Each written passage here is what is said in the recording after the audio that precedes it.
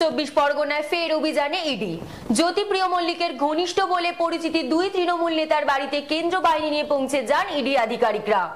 সন্দেশখালী তৃণমূল নেতা শেখ শাহজাহানের সরবেরিয়া বাড়িতে তল্লাশি চালাতে গিয়ে শাহজাহানের অনুগামীদের হাতে আক্রান্ত হন ইডি আধিকারিকরা। জ্যোতিপ্রিয় মল্লিকের ঘনিষ্ঠ বলে পরিচিত দুই তৃণমূল নেতার বাড়িতে কেন্দ্রীয় বাহিনী নিয়ে পৌঁছে যায় ইডি। সাত সকালে সন্দেশখালী তৃণমূল নেতা শেখ শাহজাহানের সরবেরিয়ার বাড়িতে পৌঁছে যায় ইডি আধিকারিকরা।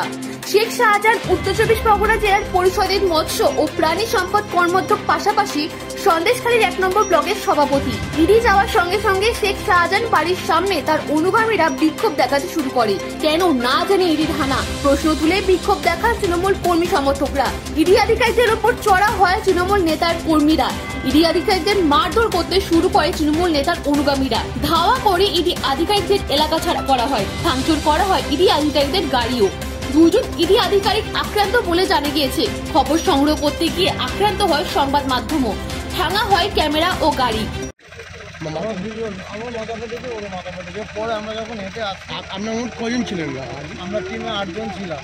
8 জন আছে, বাসে আসছে। আর বাকি কারা ওরকম ওখানে আছে না বেরিয়ে এসছে? কোনো যোগাযোগ নেই, কোনো যোগাযোগই নেই। আপনার কি ইডি অফিসার?